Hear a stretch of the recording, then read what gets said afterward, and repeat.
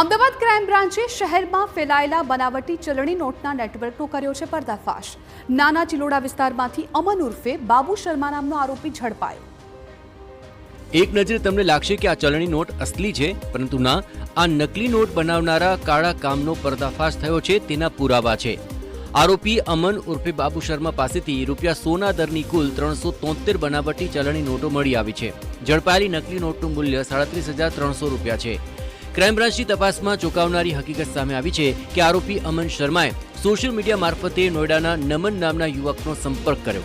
લગભગ 4 મહિના પહેલા અમન શર્માએ નમન પાસેથી 50,000ની બનાવટી ચલણી નોટો કુરિયર મારફતે મંગાવી અને તેના બદલામાં આરોપીએ ₹9,000 ચૂકવ્યા હતા। આરોપીએ બનાવટી નોટ ક્યાં ક્યાં વટાવી અને ત્યાં સુધીમાં તેનો કેટલો ઉપયોગ કર્યો તે અંગે ક્રાઇમ બ્રાન્ચે તપાસ હાથ ધરી છે।